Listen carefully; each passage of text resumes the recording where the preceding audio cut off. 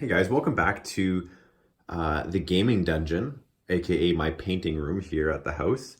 And today we're going to look at my Adeptus Custodes army. I'm just going to give you an army update about where I'm at, some of the progress on painting, and what things can you expect from the channel in regards to new models. So before I ramble too long here, let's get into it. We're going to start with the troops choices from the codex and go from there. So here are my troops choices currently in my army of Custodes. They are just the Custodian Guard. Yes, 2 models are just primed. This army is a work in progress, and I try to work on this one as much as I can, but I'm also painting my Dark Angels and Imperial Fists currently as well. So when you get bored of painting gold, I move on to some of the other armies. So as a Custodian Guard, you have 2 weapons options. You have a shield and Guardian or a Sentinel Blade, or you have the Guardian Spear. Now, the Guardian Spear for shooting has range 24 inches, strength 4, -1 AP for 2 damage. As you can see, the vast majority of my guys, 10 of them, of the 15 troops I currently have, are Guardian Spear. I like that, the longer range on shooting, the 24 inches versus the 12 inch of the sword, as well as the 2 damage output versus the 1 damage output, but we'll jump into that. Your other shooting option right now on troops is the Sentinel Blade, which has a 12-inch range, pistol 2, strength 4, AP 0 for 1 damage. Now the big bonus to these guys is they have storm shields, right? So the Custodes, if you play just Custodes, you'll get a 4-up in Vuln. They have a standard 5, but if you play Battleforged Custodes, it jumps to a 4-up. And to throw a couple shields in your squads, just to get that 3-up invuln to take some of those harder shots away, is predominantly what I would use my shields for. You can also equip the Guardian Spear characters, Guardian Spear troops choices, with a Misericordia. And what a Misericordia is it's just an additional attack that does AP -2, and strength 1, damage 1. So that's at strength 5, hitting on a 2+. Now in close combat, the Sentinel Blade is strength 5, -3 with D3 damage. The Guardian Spear is +1 strength, -3 D3 damage. So for those two in close combat, they're basically the same. Yes, the +1, so your strength 6, when attacking. However, you don't have that 3-up invuln save option. I like to run the spears. I'm going to be bringing some Forgeworld units next. I'm thinking some of the shooting ones, I forget their names off the top of my head. I'm going to check that 1 second. I'll be right back. Welcome back for the elite portion of my army. You have a few options for elites. You have the Custodian Wardens. You have the Vexilus Praetor. You have Vexilus Praetor in Terminator armor. You have the Alaris Custodians, which is the basically Terminator Custodians. And you have some dreadnought options. So on the left-hand side of the screen here, we have the Gladius Dreadnought from Forgeworld. And we've got the Achilles Dreadnought from Forgeworld on the right-hand side. And we'll go through all of their statistics in this portion. So let's start first with the Custodian Wardens. Movement 6 inches, weapon skill 2+, ballistic skill 2+, strength and toughness is 5, wounds are 3, attacks are 4, leadership 9, 2+ save. Now, these Custodian Wardens can be equipped with either a Guardian Spear or a Castellan Axe. The stats for the shooting for both the Axe and the Spear are the same across the board. Rapid fire 1, strength 4, -1 AP, 2 damage. The difference is in the melee portion. The Castellan Axe is strength +3, so that'd be strength 8, -2 AP, D3 damage. The Guardian Spear is +1 strength, -3 AP, D3 damage. So it depends on what you want to do. Are you looking to ensure that a power armor doesn't, gets the 6-up save versus a 5-up save? Who knows? I personally like the axes. I have equipped a few with spears, but I do prefer the axes, especially in close combat. That +3 strength is definitely something that I really enjoy. Let's jump over to the Praetors, or the Vexilus Praetor. More or less, these are your standard bearers. I know there's lots of stuff online about how good these can be in a soup army, especially, throw the defense one in with the Imperial Guard, right? And then you're getting blobs with a 5-up invuln save. So let's talk about it a little bit. So some of their ability, let's start with their stats. Movement 6, weapon skill 2+, ballistic skill 2+, strength and toughness is 5, 6 wounds, 4 attacks. Oh, my puppy's having a little bit of a nap there. So if you hear some whimpering, that's what it is. Leadership 9, 2+ save. So with the Vexilus Praetor, you have the Ballistus grenade launcher, which is 12-inch range, assault D3, strength 4, -3 AP for 1 damage. And they all come equipped with that, both the Terminator models and the Praetor. And then you can equip it also with a Misericordia, and we've already kind of talked about what they do. So some of the abilities from Golden Light. During deployment, you can set up this model in a Godstrike pattern teleportarium array instead of placing it on the field. More or less, he can deep strike. Now, you have a few different options here for the actual standard and what it does. So you've got the Custodes Vexilla. You can re-roll failed morale tests for friendly Imperium infantry and biker units within 6 inches of this model. In addition, when you add this model to your army, choose one of the following Vexillas for the model to carry. You have the Vexilla Imperius.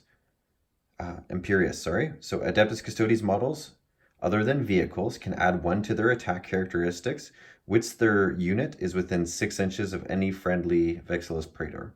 So if you're running the Praetor up with some Terminators or even some Wardens, now their attacks are at 5.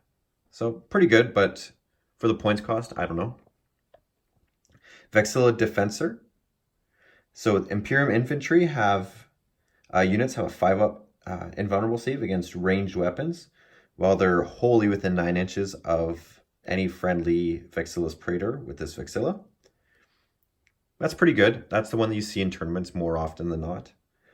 As well as you have the Vexilla Magnifica. Your opponent must subtract 1 from hit rolls in the shooting phase for attacks that target Adeptus Custodes units within 6 inches of any friendly Vexilus Praetor with this Vexilla. I tend to use that one with my tanks. I just think that the -1 to hit, so now you're hitting them on 4s for most armies, and then, guard are hitting them on 5s or 6s, depending on if they have to move. There's a few different options. If you're an assault-heavy army, take the Vexilla Imperius, which gives you the +1 to your attacks characteristic. If you're a sit back and shoot and you have lots of allies, maybe the 5+ invulnerable save benefits you a great deal. It doesn't really benefit me when I play Custodes because I play Battleforged. And then obviously the -1 to hit speaks for itself. All right, let's talk about the Terminators.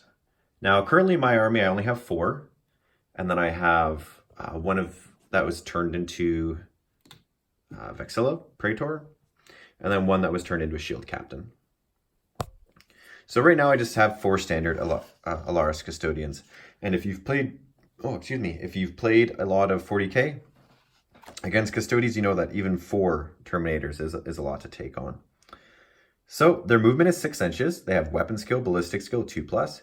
Strength and toughness is 5. Wounds are 4. Attacks are 4. Leadership 9. 2+ save. They come with the grenade launcher, which is 12-inch range, Assault D3, Strength 4, -3 AP for 1 damage. You can take a Castellan Axe or a Guardian Spear, which we've talked about before, in regards to Strength 4 for shooting, -1 for 2 damage each. Each is Rapid Fire 1, both 24-inch range. Melee, we just talked about it with the Vexilla.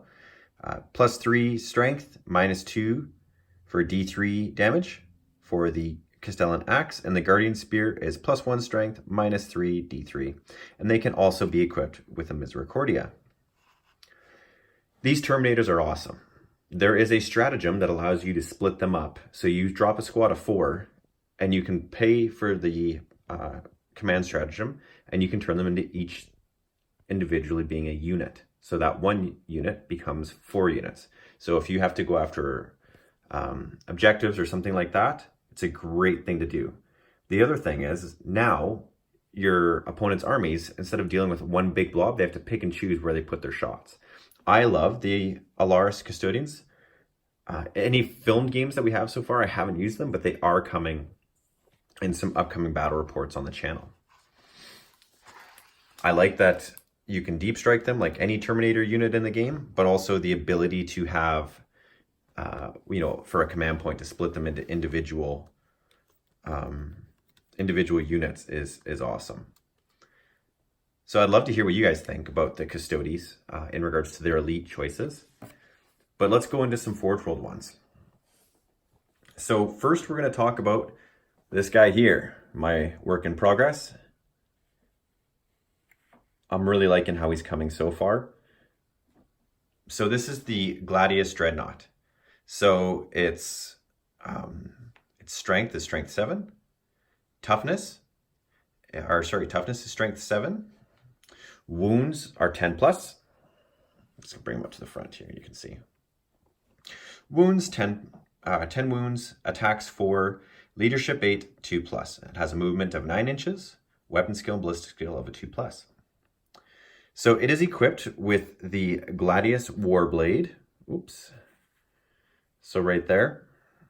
So that is basically a heavy flamer. It's strength 8, heavy 2d6, strength 6, -1, 1 damage. So when resolving an attack made with this weapon, do not make hit rolls, it automatically scores a hit. So flamer. In close combat, this fella right here is strength 7, -3 AP for 3 wounds.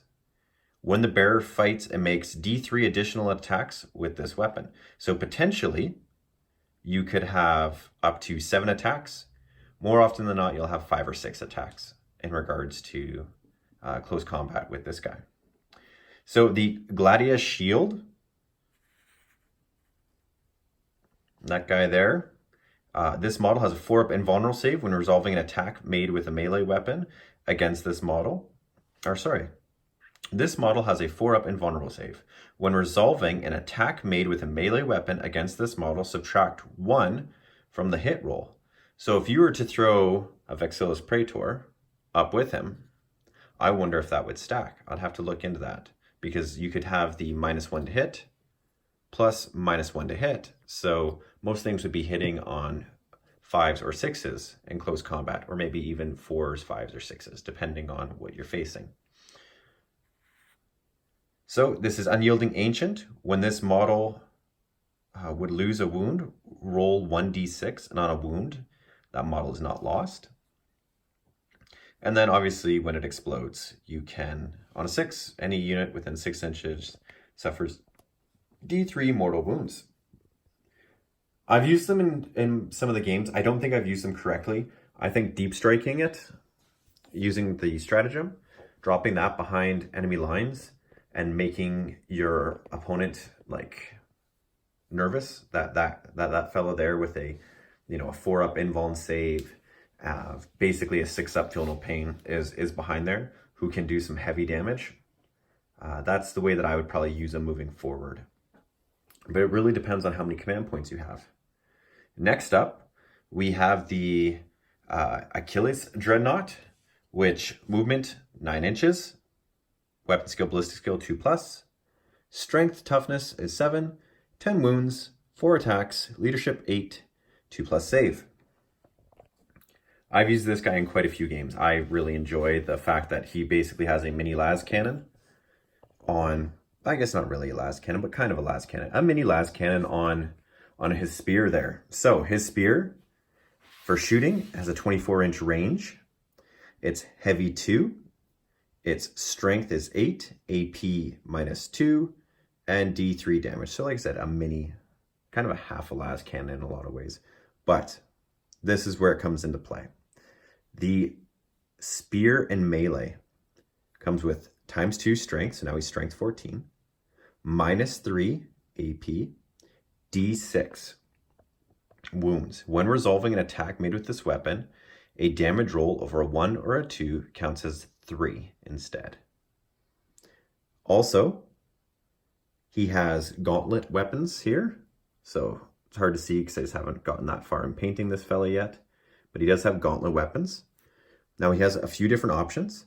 He has the Infernus Incinerator, which is 8-inch, heavy D6, strength 6, -1, 1 damage. So obviously flamers. He has the Lastrum Stormbolter, which is 24 inches, rapid fire 2, strength 5, -1, 1 damage. Or the Twin Athratic Destructor, which is 18-inch range, assault 2, strength 5, -3, 3 damage. That's what I have mine equipped with 2 of those. So he's pumping out 4 shots at strength 5, -3 for 3 damage. With the 18 inches, I'm trying to get him in close combat. I'm not worried about long-range shooting when it comes to this particular unit in my army. So he has a few cool abilities. So let's look at that. So Impaling Lunge. After this model finishes a charge, you can select one enemy unit within 1 inch of it and roll 1d6. On a 4+, that enemy unit suffers D3 mortal wounds. So you charge a unit,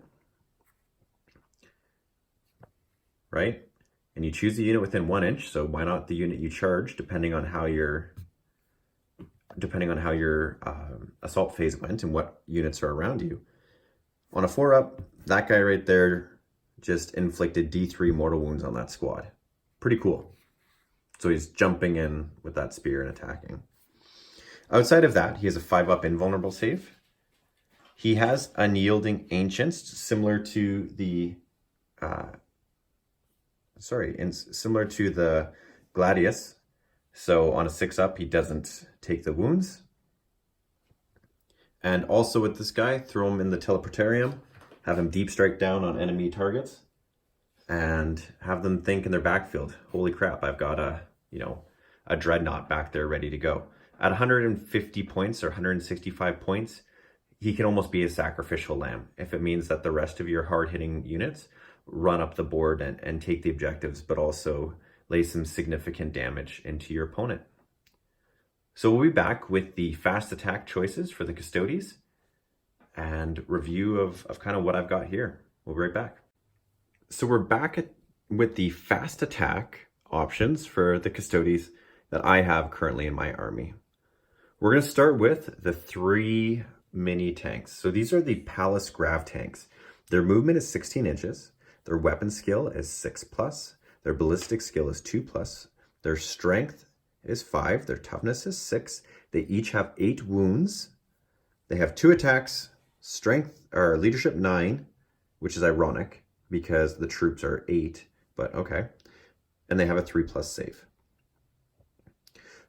I personally love the ability to move 16 inches and still shoot because of Power of the Machine Spirit.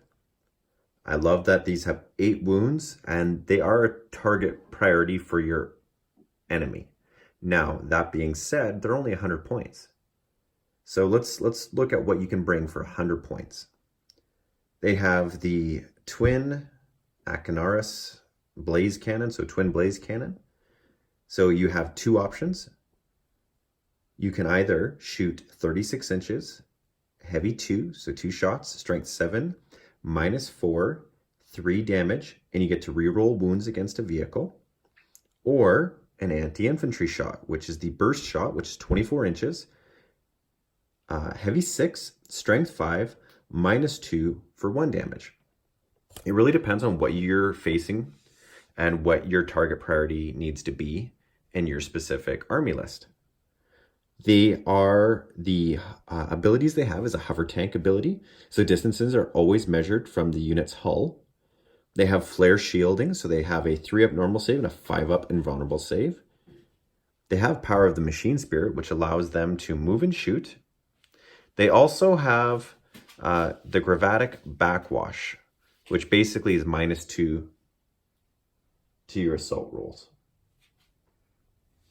I personally love these little tanks. I always bring 3 of them. For 300 points, you'd be hard-pressed to find an army that can do the same amount, or a unit that can do the same amount of damage for 100 points and the survivability of one of these tanks. The other option that I have for fast attack is the Venatari Custodians. So we've got 4 with the spears, and we have 3 with the kinetic destroyers and the Taurus buckler. Hey, sorry about that. The dog just grabbed something here. So with the Venatari Custodians, they are movement 12 inches, weapon skill and ballistic skill 2+. They have strength and toughness of 5. They have 3 wounds. They have 3 attacks. They have leadership 8, and they only have a 3-up save. That being said, the rest of your army's got a 2-up save other than the tanks. I wonder why these guys don't, but you know, that's for GW to decide. So let's talk about their weapon options. They have, on these guys here, the kinetic destroyers, which are the pistols. You can see those pretty good. And they have the Taurus buckler. So the pistol is range 18 inches.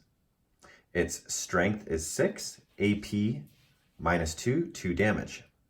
When resolving an attack made with this weapon, an unmodified hit roll of a 6 scores 1 additional hit. So you potentially can be getting 3 shots off, or maybe 4 shots if you're really lucky on rolling those boxcars. The Venatari Lance. These ones over here. So 12-inch range, assault 2, strength 6, -2 AP with 2 damage. So very similar to the pistol, except no additional unmodified rolls. It gives you extra hits. They can be equipped with Misericordias, which I would always recommend.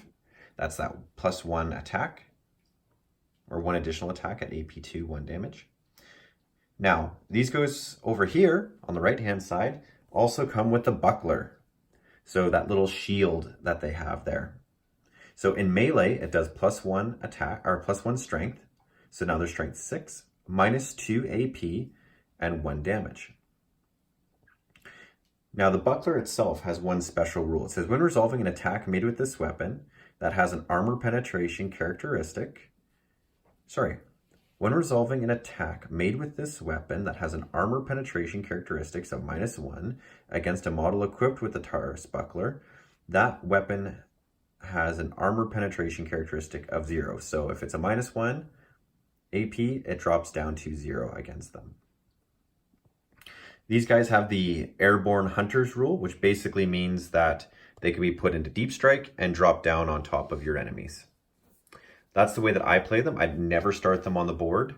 I find that starting them on the board, your enemy tends to shoot them off if you don't hide them really well, just because with the 3-up save versus a 2-up save, they're not as survivable.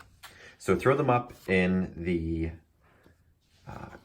deep strike, let them come down from orbit, land behind enemy lines in turn 2 or turn 3, and have your enemy have to concentrate on what's coming in later in the game. Let's talk about the thing you see the most of, probably, if you're just having standard 40k games, and maybe you don't have a lot of Forgeworld models in your area. The Vexilus Praetors. So those are the death bikes. I personally have, I think 9. 1, 2, 3, 4, 5, 6, 7, 8, 9. And I use a few as shield captains depending on the game that I'm on, or the game that I'm playing. So they have movement of 14 inches, weapon skill, ballistic skill of 2+. They are strength 5, toughness 6, 4 wounds, 4 attacks, leadership 9 with a 2-up save. These guys are awesome. Everybody plays them with the Hurricane Bolter, and why wouldn't you? If you get, within 12 inches of your enemy, you're pumping out 12 shots at strength 4 for 1 damage. They have a range of standard 24 inches, and they are a rapid fire 6. So like I said, the half range gives you the 12 shots. You're hitting on 2s.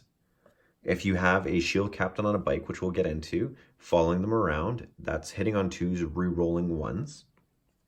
So they're quite anti-infantry.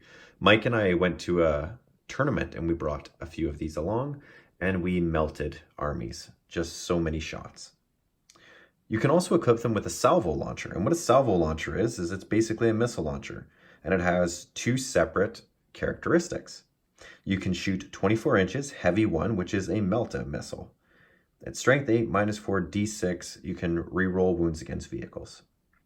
Or you can use the flak burst missile, which is 24-inch range, heavy d3, strength 7, -1, d3 wounds.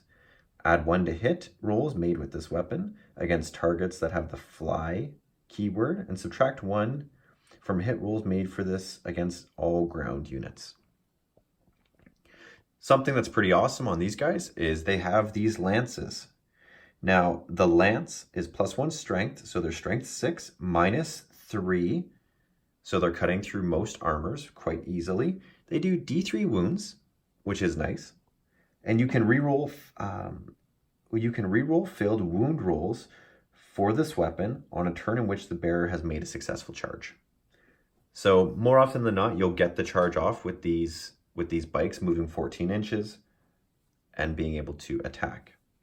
They do have misericordias, so you have to pay the points, but you can give them the additional attacks. So that's 5 attacks per model, and I would strongly recommend it. They also have the ability, when this unit advances, adds 6 inches to the move characteristics for the movement phase instead of rolling the dice. So if you're going to advance them, to try to get them across the board, you can have them move 20 inches. There's also a stratagem that we're not going to talk about today. We can go that in army detail when I do a video breaking down all the special rules and things of the Custodes, if that's what you guys would like to see on the channel. You can put them in deep strike and then have them deep strike down behind the enemy lines. Now that costs, I think, 1 command point for 1 unit and 3 command points for 2 or more. But it's an option. I personally keep them on the board and rush them up, dump as many shots as I can in turn 1 or turn 2, because more often than not, they become target priority. Now, we're going to get to review my favorite part of the army, the heavy support, and we'll be right back. And we are back with the heavy support options that I currently have for my Adeptus Custodes in my army. You've all seen these tanks. I'm sure you've read about these tanks all over the place in different vlogs, whether it be Reddit or Warhammer Community or, any of the 40K bloggers. If you've been to tournaments, you've seen them a lot. If you've been playing Custodes players because they were awesome, now they're all right. I think they got hit with the Nerf bat a little too much, personally. But that being said, that now allows me to diversify and use the other units in my army. So these are the myth, the legend, the Claudius Grav tanks. So they can move 14 inches. They are weapon skill 6+, ballistic skill 2+, with 3 attacks at full wounds. Their strength is 6, their toughness is 7, 14 wounds, leadership 9 with a 3+ save. We're going to start with these two over here, which were my favorite. Now they have the heavy blaze cannon, which is 2 firing options. Now they have a beam at 48 inches, heavy 2, strength 9, -4. Now those do D3 + 3 wounds. So that's pretty good. Before it was just plus, or I think it was just D3 wounds or just flat 3 wounds, but now you do D3 + 3. Positive. Negative is they lost quite a few shots in the burst mode, and we'll talk about that. So you can re-roll wounds against vehicles for the 2 on the left. Now, they have a second option, which is 36-inch range, strength 8, or sorry, heavy 8, which used to be heavy 12. Now it's heavy 8. Strength 7, -2 for 1 damage apiece. So your anti-infantry guns. They've gone up significantly in price from I think like 210 or 220 to 240 points. Too much points for what they do. Now, taking away the 4 additional shots for anti-infantry shooting, that's too much points increase in my opinion. So I'm going to be running these guys more often than not, which have the twin accelerator cannon, which is 60 inches and heavy 8. Now this was strength 8, now it's strength 7, so they got nerfed as well. They do AP -3 and 2 damage flat. So not bad. Going down in the damage and getting the points increase as well, not a big fan of that. So I think these ones are only 210 or 220 points, but still to suffer that loss of the strength on the gun is pretty significant, I've noticed since playing games with them. Now, they both come equipped with the twin Elastrum bolt cannon, so the little gun on the front you see there, and that's strength 6, -2 AP for 1 damage apiece. They're pretty cool. I quite enjoy those. I like the fact that's kind of anti-infantry and lighter armor. Now, these models, similar to the Palace, are hover tanks, so weapons are always drawn from the hull in regards to distances. The model has a 5-up invuln save, power of the machine spirit, and the -2 to charge roll due to it being a grav tank. Now they do have the vehicle and fly keyword, so they can fly out of combat and shoot whatever it was just in combat with, which is great, which is nice to have. But realistically, the nerfs, the points increase, the lack of shots that were given to it now really hurt it. I don't think they're going to be as powerful as they were in the meta, and I understand they were quite powerful in a lot of people's opinions. However, you know, we got in a tournament, Mike and I got shot off the board by repulsors. They destroyed us. So you gotta give and take. You know, the 4 las cannon shots against these guys, it went through our armor quite easily. So those are my 2 heavy support option tanks. So I'm just gonna move those off to the side and bring in the big walkers. So here are my Telamon heavy dreadnoughts. I do have all the arm options for them, and they are magnetized, so I can switch them up depending on how I want to play them. But just for the review video, I threw the 2 close combat arms on, and 1 of each of the guns, which happens to be the accelerator cannon and the storm cannon. Now these guys also went up in points, quite a few, and in the last FAQ or the finalization of the rules, I just have to glue those on. They're just in the middle of getting painted, as you can see. So let's go over the Telamon heavy dreadnought. So it moves 8 inches, has a weapon skill and ballistic skill at 2+ with full wounds, so between 8 to 14 wounds. When they get knocked down between 4 to 7 wounds, they have a movement of 6, 3+ for weapon skill, ballistic skill, and with 1 to 3 wounds remaining, can only move 4 inches and have a 4+. Their strength and toughness is 8. Just base, they have 14 wounds. Start, they have 4 attacks. Leadership, 8, 2+. So, as I said, they have a few different weapons options, and that is up to you on how you want to equip them. So, most people, I find, take the 2 storm cannons, or they used to take the 2 storm cannons, and that is similar to this guy over here in regards to the storm cannon, and that has 2 firing options, which is heavy 2, strength 8, -4 AP, 3 damage, and that's against you can reroll against vehicles, or the burst, which is heavy 6, 24-inch range, strength 7, -2 for 1 damage. So it really depends on what you're looking for shooting. They also have the ability to take the accelerator culverin, which is 48 inches, so 12 inches longer than the beam shot on the storm cannon. Heavy 4, strength 7, -3 for 2 damage. They also are equipped with the bolt launchers up top, which are heavy 5, strength 5, 1 AP, -1 AP, and 1 damage. You can also take the fists, the close combat weapons. On my guy here, I threw the plasma projector on there on both fists. So that's heavy 2d3 shots for strength 6, -2, 1 damage.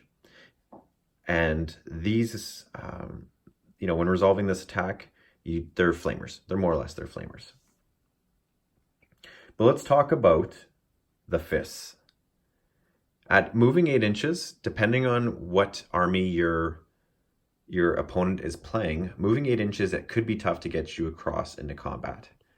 But you can throw this guy into the teleportarium and have him drop behind enemy lines. So that is going to be a model with 14 wounds at strength 16, -3 AP, 4 damage. And if you have both fists equipped, that's 5 attacks. That's huge. You could drop that behind enemies' lines, 9 inches away from their army, or maybe from their, whatever they have, depending on what you're fighting.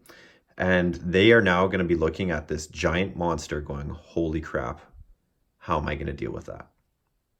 He has a 2-up save. He has a 4-up invuln, I believe. Yes, they have a 4-up invulnerable save. They ignore wounds on a 6. If he doesn't move, so we'll get into that. Sorry, we'll just talk about that. So movement, right? Like I said, it's 8 inches.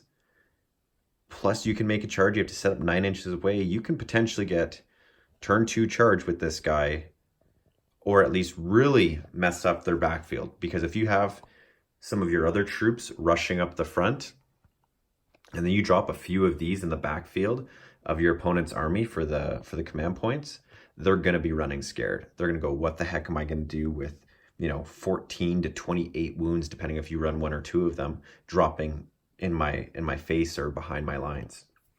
As I said, they have a 4+ invuln. Their bolt launchers on top. When this model fires Overwatch or is chosen to shoot with, it can shoot with the launcher twice if it has not moved. So if you bring the gun variant and you set it up, maybe in some ruins, and you have units that are within 24-inch range and you don't move, you actually get 10 shots with the rocket launcher on top. Now that's strength 5, -1 for 1 damage, but that's still 10 shots. So it really depends on how you want to play your Telamon. They also explode. Okay, so on a roll of a 6, any unit within 6 inches suffers D6 mortal wounds. So a little bit different than the vehicles, which only cause the D3 mortal wounds, but still D6 mortal wounds is pretty significant. If you can get it to explode, maybe save a command point to reroll. So those are the heavy supports that I currently have. I plan on getting 1 to 2 Ares gunships. I think that those are just awesome models, and I'd love that to round out my Custodes army. I also plan on getting maybe 1 or 2 of the Orion dropships. They're quite expensive models, so we'll see. But, ultimately, I'd like to bring some of the Air Force in. So that's my heavy support options in my army currently. And we'll be back with the HQs. Actually, before we jump into HQs, let's look at the Cornus Grav-carrier. So that's the large model here in the back. First off, when I purchased the model, I didn't know it was going to be that big. It's quite large compared to just your standard tank. So maybe like 1 1/4 the length of one of those, and quite girthy as well, which is awesome. It's definitely, you can't hide it well in most games, but it does its job getting across the board and unloading some Custodes if you don't want to pay the command points. So let's talk about this guy. So his movement can be 14 inches at full wounds. Then it drops down to the second bracket at 8 wounds for 10 inches, and then 6 inches with 1 to 4. It has a ballistic skill of a 2+, then a 3+, then a 4+, as it deteriorates. Attacks of 3, D3, and 1. Weapon skill of 6. Strength and toughness are both 8. 18 wounds. Leadership 9, 3+ save.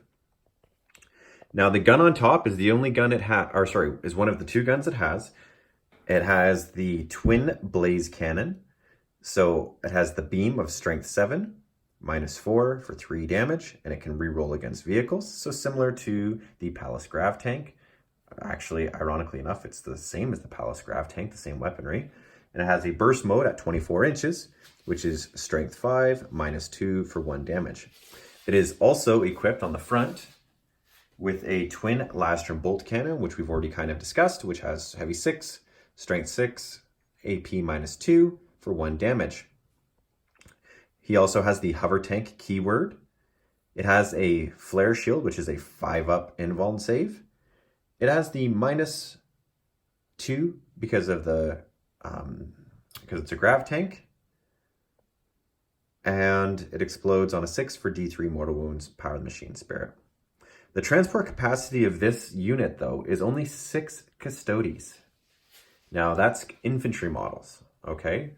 So, you know, you could take an HQ and a squad of 5 and throw it in there and hopefully jet this thing up the board, and it survives long enough to, you know, lay down Trajan and, you know, maybe a squad of 2 or 3 spears and a couple shields to get into close combat with your opponent's army. Now, it doesn't say that you take extra space if you have a guy in an infantry and Terminator armor. So realistically, I guess you could throw Trajan with 5 Terminators and throw them up the board in that unit and have them come out and attack. That would actually be more devastating. So that's the Cornus Grav-carrier. Honestly, it's a lot of points for the shots and what its abilities are. I brought it in one game. It didn't even come close to making its points back. So I probably won't use it too often unless I can convince Mike to play a nice big game with all of my Custodes. I think I have currently about 6,000 points of Custodes. Yeah, so probably won't see it a whole lot in bat reps, but I'm gonna continue, you know, working on painting the rest of these guys up and having those Custodes there. So we'll be right back now with the HQs options for my Custodes army. So we are back with the Custodes HQ choices. They really don't give you a lot of options. You have one named character. Here's my Trajan. He's a work in progress. I did not like painting faces, so I went and got a Terminator kit from the Custodian Guard Terminator kit, and I took one of the helmets, and that's, you know, roughly what his helmet's going to be. There's going to be, I obviously have to finish painting him, but now he wears a helmet, or a helm, instead of his bare face. So the Captain General Trajan Valoris. Movement 6 inches. Weapon skill and ballistic skill 2+. Strength is 5, toughness is 5, 7 wounds. I'll say that again, 7 wounds. His attacks are 5, plus he has a Misericordia, so he has up to 6 attacks. Leadership is 10, 2-up save. He has the Watcher's Axe, which is rapid fire 1, strength 5, -1 AP, 2 damage apiece. He has a Misericordia, and we've already talked about what they do. And in melee, his axe is ×2 strength, so strength 10, -3 D3. So quite a bit better than the other axes that the Custodes have access to. What about his abilities or his special rules? He has a 3-up invuln save, so he is a 2-up, 3-up. He is a legendary commander, which means that you can reroll hit rolls and wound rolls of 1 for friendly Custodes units within 6 inches of Trajan. My tactic is you throw Trajan in between a couple tanks, and those tanks are now hitting on 2s, rerolling 1s. Pretty great. He also has the Moment Shackle. So once per battle, if Trajan Valoris is on the battlefield, you can do one of the following. Regain D3 wounds lost by Trajan during this phase. You cannot do this during an attack or if Trajan Valoris is slain. At the end of the fight phase, pile in an attack with Trajan Valoris an additional time, or regain up to D3 command points spent when you use this stratagem, but no more than were spent on the stratagem. I usually use him if I can't kill a character, whether it be a Primarch or something like that. I usually use the D3 command points spent because it's so hard to get lots of command points in a Custodes army. Or if he's been, wounded in combat, you use the D3 wounds and he comes back. Pretty awesome character as far as I'm concerned. Your other option is a shield captain.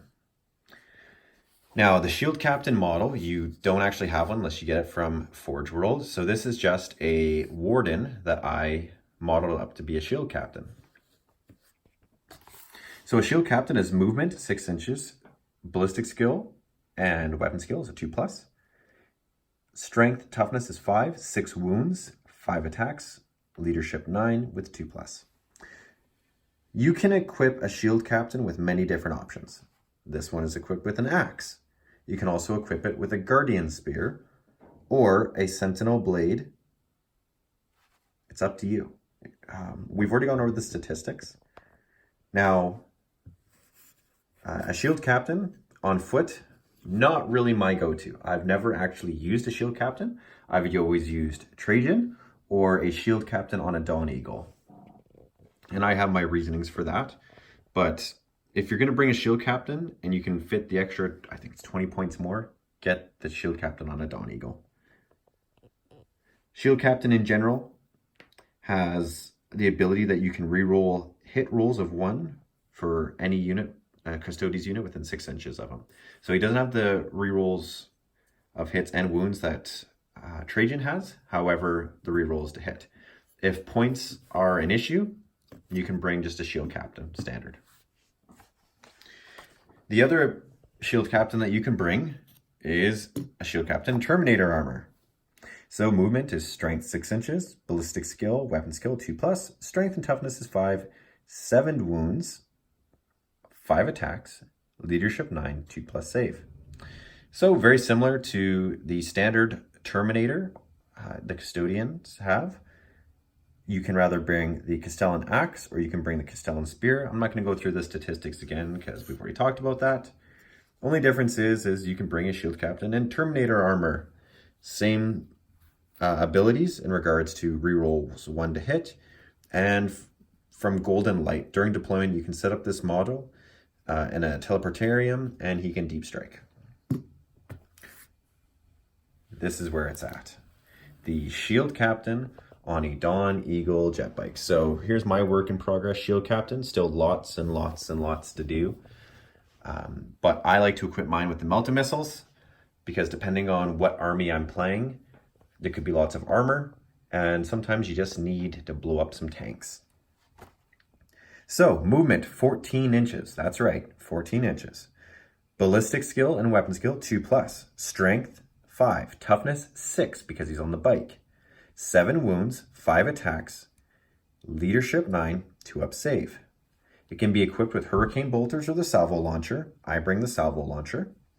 And it has the lance, which we've talked about.